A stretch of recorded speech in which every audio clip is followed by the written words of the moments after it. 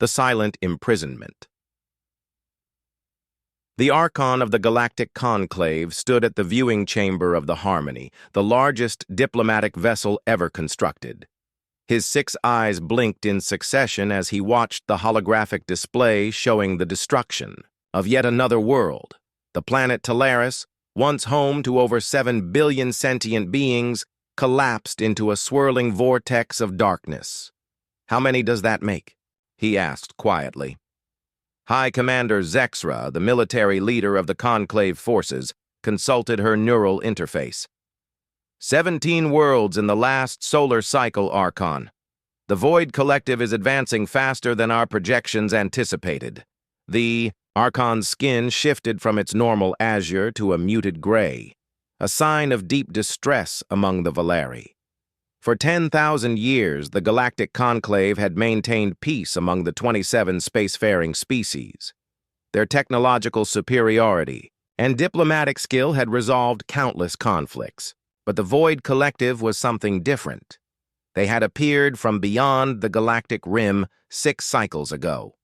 Not a species, but a hive consciousness that consumed all matter and energy in its path. The Conclave's most advanced weapons barely slowed it. Their most eloquent diplomats received no response. The collective simply advanced, assimilated, and grew stronger. "The Council demands answers, Archon," Zexra continued. "We've lost 40% of our military capacity. 12 species face extinction if their homeworlds fall. We have no effective countermeasure." The Archon turned from the display, his movements deliberate and slow. "There is one option we haven't considered." Zexra's head crest flattened against her skull, a sign of alarm. "You cannot mean—" "I do. The humans," Zexra's voice rose. "They're savages, Archon." "There's a reason we've maintained the quarantine barrier around their system for the past 800 years. The Archon moved to another display, activating it with a thought. It showed a blue-green planet, third from an unremarkable yellow. "Star. Earth." "The quarantine was implemented because the humans displayed characteristics that frightened our ancestors," the Archon said. "Their capacity for violence, their adaptability, their stubborn refusal to submit even when victory was impossible. Their wars killed millions of their own kind," Zexra countered. "They developed nuclear weapons before they even achieved spaceflight. The isolation protocol was unanimously approved." The Archon's skin rippled with patterns of light, a Valeri expression of irony. "And now we face an enemy that cannot be reasoned with, cannot be intimidated, and cannot be defeated with our current strategies. Perhaps we need the very qualities that frightened us." Zexra paced the chamber, her talons clicking against the crystalline floor. "The humans don't even know we exist. They believe their failed attempts to leave their system are due to technological limitations. If we reveal ourselves now and ask for their help, after centuries of imprisonment, then we face the consequences of our actions," the Archon said, simply. "The alternative is extinction." 3 days later, the Conclave Council voted. It was not unanimous, but the decision was made. A delegation would be sent to Earth to explain the truth and request humanity's assistance against the Void Collective. The delegation ship, disguised as an asteroid, approached Earth's moon. Its advanced systems easily bypassed the primitive human detection networks. The ship's commander, a veteran diplomat named Trell, felt uneasy as they prepared the first contact message. "Send it on all frequencies," he ordered. "Let's hope they're as reasonable as the Archon believes." The message was simple. "People of Earth, we are representatives of the Galactic Conclave, a union of spacefaring civilizations. We come in peace and urgently request a meeting with your leaders regarding a threat to all life in the galaxy." The response came faster than expected. "Unknown vessel," a stern human voice replied. "You have entered restricted space. Identify yourself immediately or face defensive action." Trell was surprised. The humans' detection systems were far more advanced than their research had indicated. This is Ambassador Trell of the Galactic Conclave. We seek peaceful dialogue. There was a pause before the human responded. Hold position. Approach vectors are being transmitted to your vessel. Deviate from these coordinates and you will be considered hostile. As the delegation ship followed the provided course, Trell noticed something that chilled his core temperature. The humans had weapons platforms in orbit, advanced weapons platforms that should have been beyond their technological capability. "How is this possible?" he whispered to his science officer. "Their technology was assessed at pre-interstellar level. The quarantine barrier blocks outgoing travel," the science officer replied grimly. "It doesn't prevent internal development."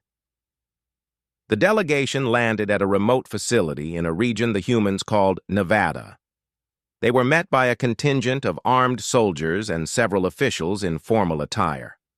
One woman stepped forward, her posture rigid with authority. "I am Director Catherine Chen of the United Earth Defense Force. Welcome to Earth, Ambassador Trell. We've been expecting someone like you for a very long time." Trell tried to maintain his diplomatic composure. "You knew of our existence?" Director Chen's smile was without warmth. "We discovered the barrier around our solar system 300 years ago. We've been studying it, testing it, and preparing for this moment ever since. Now perhaps you can explain why you've kept us prisoner in our own solar system for centuries, and why you've suddenly decided to pay us a visit." The meeting that followed was tense. Trell explained the Conclave's history, the decision to quarantine Earth, and the current threat posed by the Void Collective. He showed recordings of worlds being consumed, civilizations falling. When he finished, Director Chen was silent for a long moment.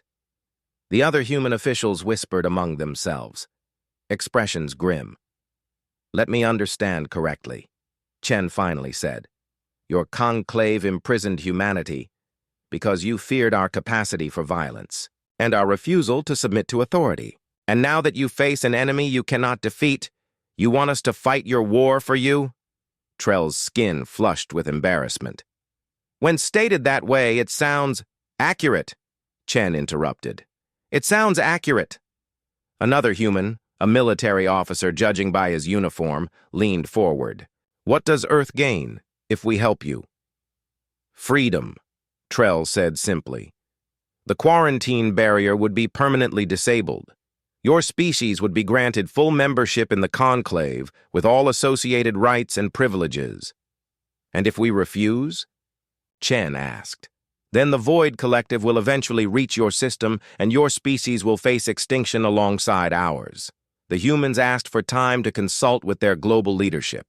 The delegation returned to their ship to await the decision. "They are not what I expected," Trell admitted to his second-in-command. "They've known about the barrier for centuries, yet they've never attempted to communicate with us. They've been building weapons, preparing defenses. They are exactly what our ancestors feared," his second replied. "Warriors preparing for a war they knew would come." 3 Earth days later, the humans delivered their answer. Director Chen stood before the alien delegation, her face unreadable. "The United Earth Council has reached a decision. We will assist the Conclave against the Void Collective, under specific conditions." She handed Trell a data device. "These are our terms. They are non-negotiable." Trell reviewed the terms with growing disbelief. The humans demanded not only freedom from the barrier but also technology transfers, a seat on the Conclave Council, and command authority over joint military operations. "These terms are unprecedented," Trell said carefully. "So is imprisoning an entire species for 800 years, Chen replied evenly. "Consider this the cost of our assistance." The Archon approved the terms within hours. The Conclave was desperate, and as he told the outraged council members, "We are in no position to negotiate from strength." 2 weeks later, the first human warships left Earth's atmosphere. They had been ready, waiting for this moment for generations. The silent imprisonment was over. Humanity was free, and the galaxy was about to discover exactly why the ancient Conclave had feared them. The Awakening Force Commander Elara Reed stood on the bridge of the EDF Defiance, Earth's newest and most advanced warship. Through the view screen, she watched as the quarantine barrier that had contained humanity for centuries dissolved into nothingness. "Barrier neutralization complete, Commander," her tactical officer reported. "All ships report ready for FTL jump." Elara nodded, her dark eyes fixed on the stars beyond. "Signal the fleet. Execute jump sequence on my mark." She paused, savoring the moment. Mark. The human fleet, 27 warships carrying Earth's finest soldiers and most advanced weapons, vanished into the depths of space. On the Conclave command station orbiting Valaris Prime, High Commander Zexra received the report with mixed emotions. "The humans have departed their system," she informed the Archon. "They will rendezvous with our forces at Outpost Delta 9 within 3 cycles." The Archon's skin flickered with waves of blue light. "You seem troubled, Commander." "I've studied their vessels," Zexra admitted. "Their technology is impressive considering their isolation. But more concerning is their fleet configuration. These are not exploratory vessels hastily converted for war. These are purpose-built warships." "They've had centuries to prepare," the Archon replied. "Did you expect them to build gardens?" "I expected them to build ships for breaking the barrier, for exploration. These vessels were designed for only one purpose: combat. They've been preparing for war against an enemy they had never even seen." The Archon's skin dimmed slightly. "Perhaps our ancestors were right to fear them. But now, that fear is our greatest hope." The human fleet arrived at Outpost Delta 9 ahead of schedule. Their faster-than-light technology was more efficient than the Conclave's, another surprise. Commander Reed and her senior officers shuttled to the Conclave station to meet with the Joint Command. The briefing room was filled with representatives from a dozen species, each with their own unique biology and cultural expressions. Zexra presided over the meeting, her tall avian form dominating the chamber. "The Void Collective has consumed 3 more systems since your departure from Earth," she began without preamble. "Our latest intelligence suggests they will target the Proxima Cluster next. 7 inhabited worlds with a total population of 12 billion sentients." Commander Reed studied the holographic display showing the enemy's advancement. "What can you tell us about their attack patterns, weaknesses, command structure?" "They have no discernible weaknesses," one of the Conclave officers replied. "Their vessels, if you can call them that, are composed of dark energy matrices. Conventional weapons pass through them with minimal effect. They communicate instantaneously across vast distances, suggesting some form of quantum entanglement. They adapt to every strategy we've employed." Reed exchanged glances with her science officer, Dr. Marcus Wong. "Show me the sensor readings from your previous engagements," she requested. The data was transferred to the human command tablets. Dr. Wong analyzed it quickly, his fingers dancing across the screen. "I see the problem," he said finally. "You're trying to fight them conventionally, ship against ship, weapon against shield. But these aren't ships in any sense we understand. They're manifestations of a unified consciousness." "That's what we've been telling you," Zexra said, irritation evident in her voice. "They cannot be defeated by conventional means." A slow smile spread across Reed's face. "Then we won't fight conventionally." She turned to her tactical officer. "Commander Davis, how quickly can we modify our quantum disruptors to match these frequency patterns?" 8 hours, maybe less if we pull engineers from the other ships." Reed nodded. "Do it, and prepare the Psyche units for deployment." "The what?" Zexra asked. "Psionic yielding cognitive harmonic emitters," Dr. Wong explained. "Devices that generate specific brainwave patterns, amplified and projected as energy fields." The Conclave representatives looked confused. One of them, a crystalline being named Tholrix, vibrated in a way that indicated skepticism.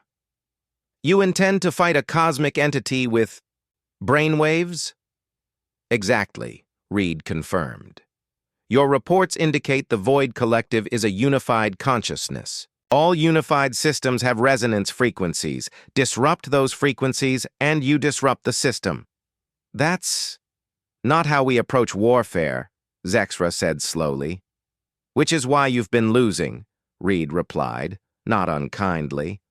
Now, let's discuss deployment strategies. We'll need your ships to create a containment formation while our vessels move into disruptor range. The Conclave commanders were skeptical, but they had no alternative strategies to offer. Within a day, the combined fleet was moving toward the Proxima cluster. The battle began 3 days later. The Void Collective's presence manifested as a spreading darkness that consumed light itself, a living wound in space. Dozens of their energy. Constructs moved toward the inhabited worlds. Conclave vessels, maintain containment formation, Reed ordered over the Joint Command Channel. Human vessels, prepare to execute Dissonance Pattern Alpha on my mark. The human ships moved into formation, a complex geometric pattern that the Conclave officers couldn't identify. Each vessel activated its modified quantum disruptors, creating a web of energy that pulsed between them. Psyche units at full power, Davis reported. Targeting collective central mass. Execute, Reed commanded. The effect was immediate and startling. Where the energy web touched the Void Collective constructs, they seemed to waver, losing cohesion. The darkness stuttered like a disrupted transmission.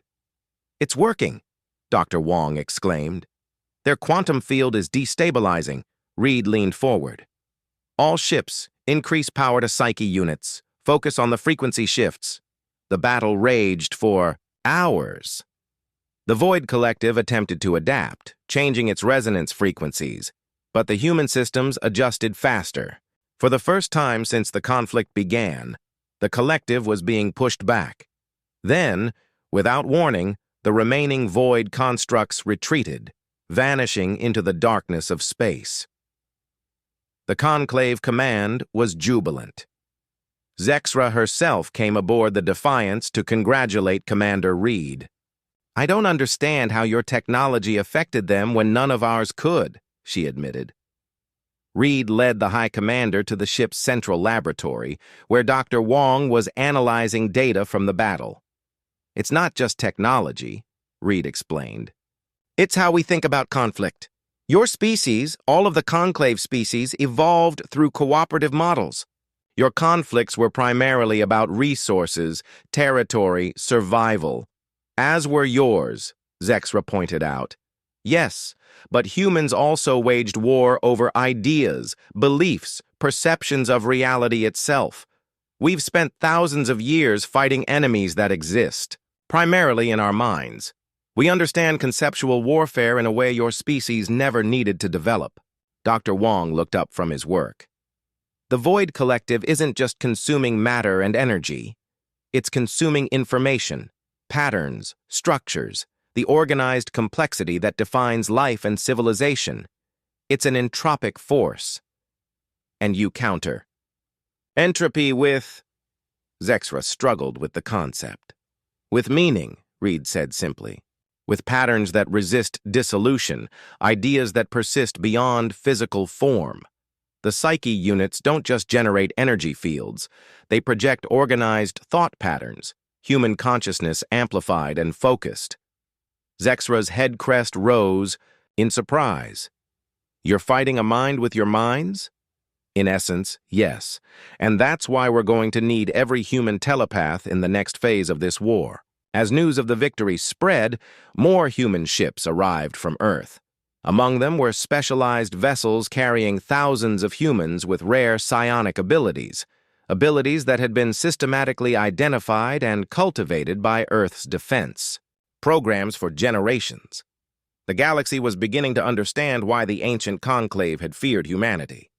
It wasn't just their capacity for violence, it was their understanding of it, their willingness to explore the darkest aspects of existence and weaponize them when necessary.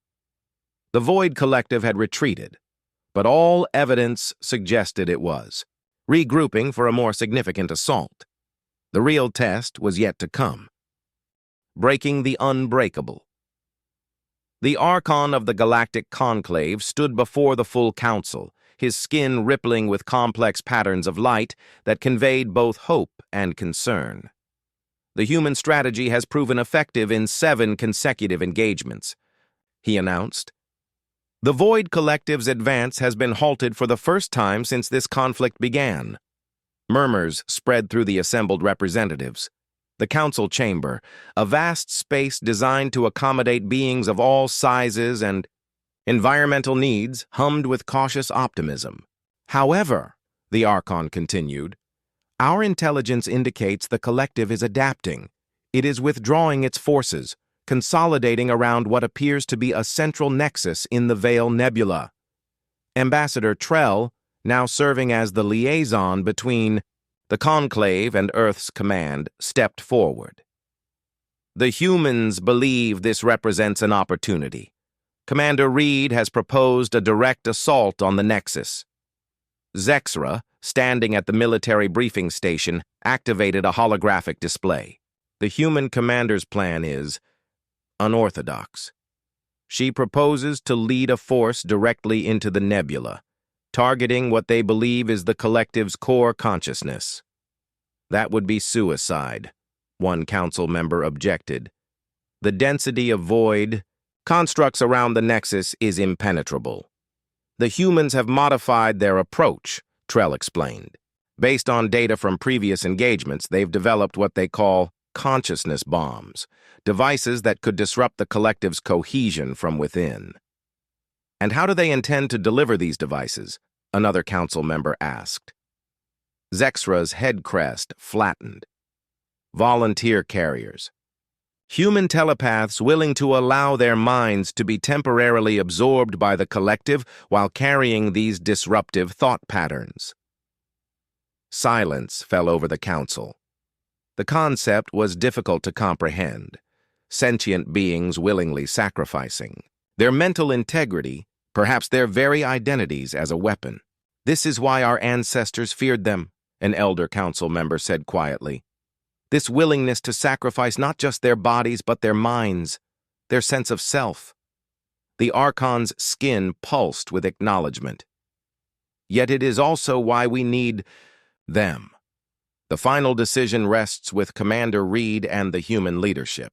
Our role is to provide support as requested. Aboard the Defiance, the atmosphere was tense but focused. The ship's mess hall had been converted into an additional medical bay, where Dr. Wong and his team worked with the volunteer telepaths. The neural interfaces are calibrated, he reported to Commander Reed. The psyche patterns have been integrated with each volunteer's unique brainwave signatures. Reed moved among the volunteers, 27 men and women of varying ages, each wearing a specialized neural headset. They would be at the center of the assault, their minds serving as both bait and weapon. You all understand the risks, she said. Once the collective begins to absorb your consciousness, you'll have approximately 3 minutes to activate the dissonance patterns before your individual identity becomes compromised. A young woman with striking green eyes looked up. And if we can't activate in time, then your consciousness becomes part of the collective, Reed answered honestly. We don't know if recovery would be possible. We understand, the woman replied. We're ready. The assault began 12 hours later. The combined human Conclave fleet approached the Veil Nebula from 3 vectors. Conclave ships provided a defensive screen, while human vessels carried the telepaths closer to the Nexus. The collective is responding, Davis reported from Tactical. Energy constructs forming along our approach vectors. Reed watched the sensor displays. Just as we predicted, they're curious about us now, trying to understand how we've resisted. Maintain course. As the fleet penetrated deeper into the nebula, the darkness intensified. Void constructs surrounded them, probing their defenses but not yet attacking with full force. They're studying us, Dr. Wong observed. Learning. Good, Reed replied. That's exactly what we want. Prepare the telepaths. For Phase 1. The volunteer carriers were transported to smaller craft, 27 shuttles that would approach different points around the collective's nexus. Each telepath was connected to the psyche system, their minds amplified and ready to project. All carriers in position, Davis reported, awaiting your command. Reed took a deep breath. Begin consciousness projection. Across the formation, the human telepaths activated their neural interfaces. Their minds reached out, deliberately exposing their thought patterns to the Void Collective. The effect was immediate. The darkness around the ships seemed to pulse, like a heartbeat suddenly accelerating. The collective was intrigued, drawn to these unusual minds that probed at its boundaries.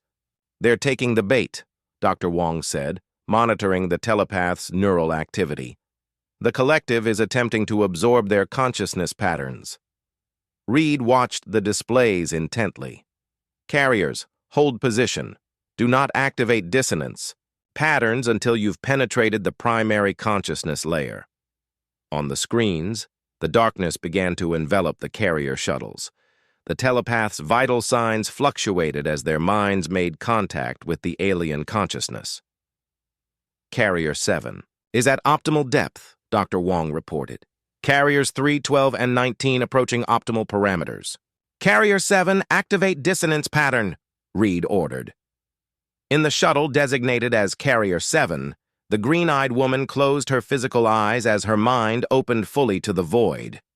She felt the alien consciousness wrap around her thoughts, probing, dissecting, beginning to absorb. In that moment of connection, she activated the pattern embedded in her mind. Not a weapon in the conventional sense, but an idea. A concept so fundamentally opposed to the collective's nature that it acted as a virus within its thought structure.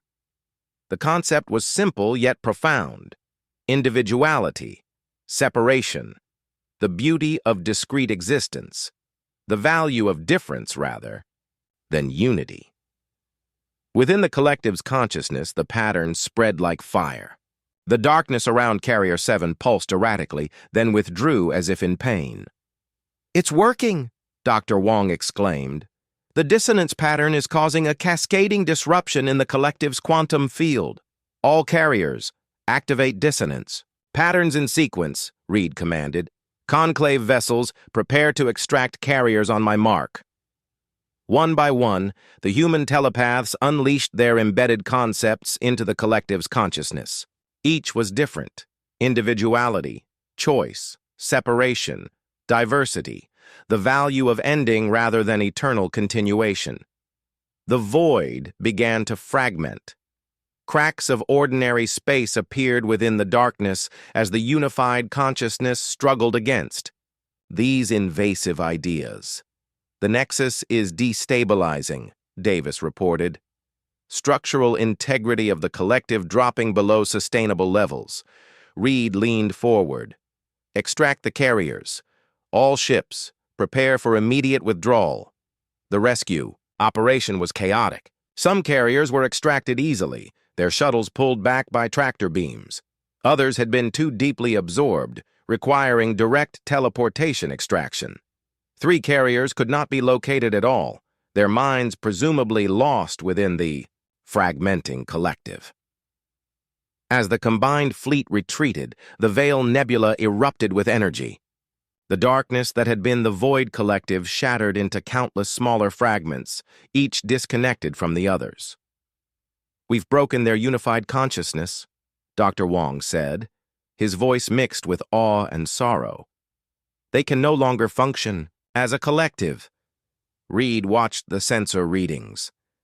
"Are they destroyed?" "No," Wong replied. "Just individualized. The fragments appear to be stable, but they're no longer connected. They've become millions of separate entities rather than a single consciousness."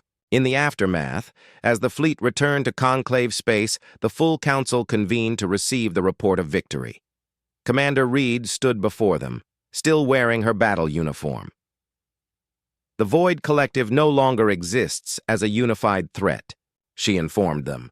"The fragmented entities appear to be non-aggressive in their current state.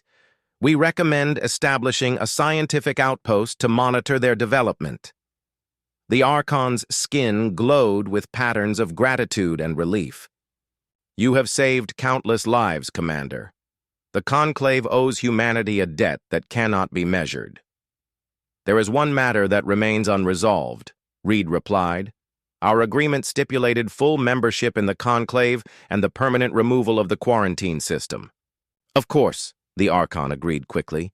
Those terms will be honored immediately. Earth is now a full member of the Galactic Conclave, with all associated rights and privileges. Reed's expression remained serious. There's something you should understand about humans, Archon. Something your ancestors correctly perceived but misinterpreted.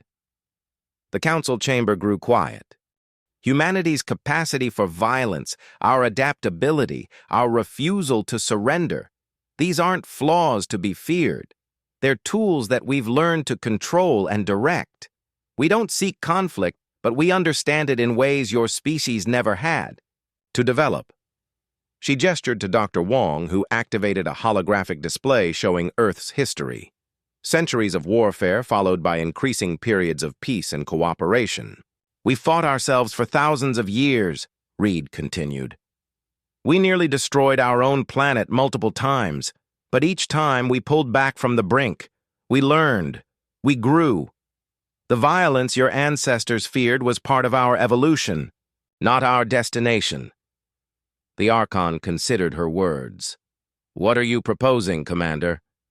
A new role for humanity within the Conclave, not just as members but as protectors. While your species continue your scientific and cultural advancements, we will help develop defense systems against threats like the Void.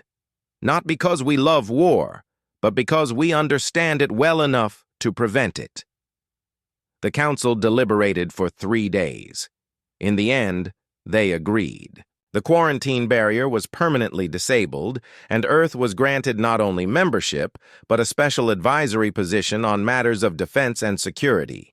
6 months later, a new joint training facility was established in Earth orbit.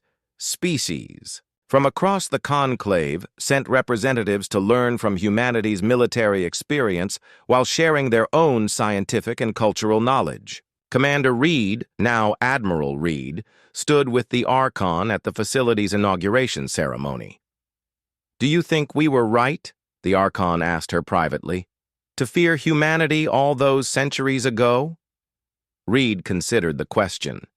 Your ancestors weren't wrong about what we were. They were wrong about what we could become. She gestured to the Earth visible through the viewport, blue and peaceful. We needed to face our own darkness before we could truly understand light.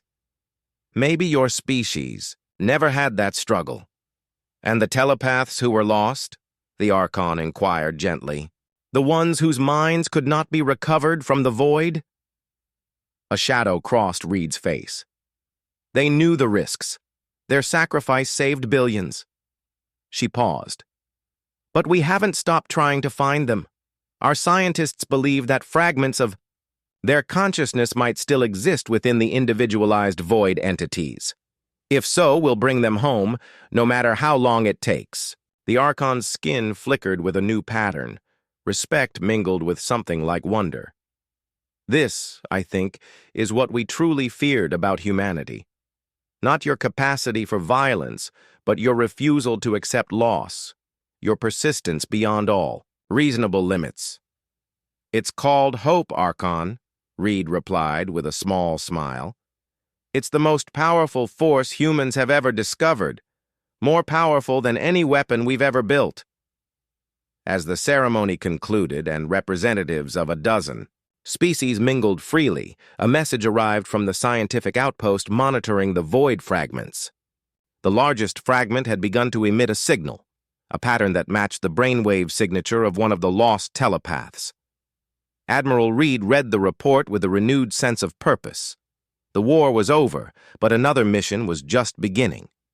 Earth was free, humanity had found its place in the galaxy, and the qualities that had once made them feared now made them valued. The future, like space itself, was vast with possibility.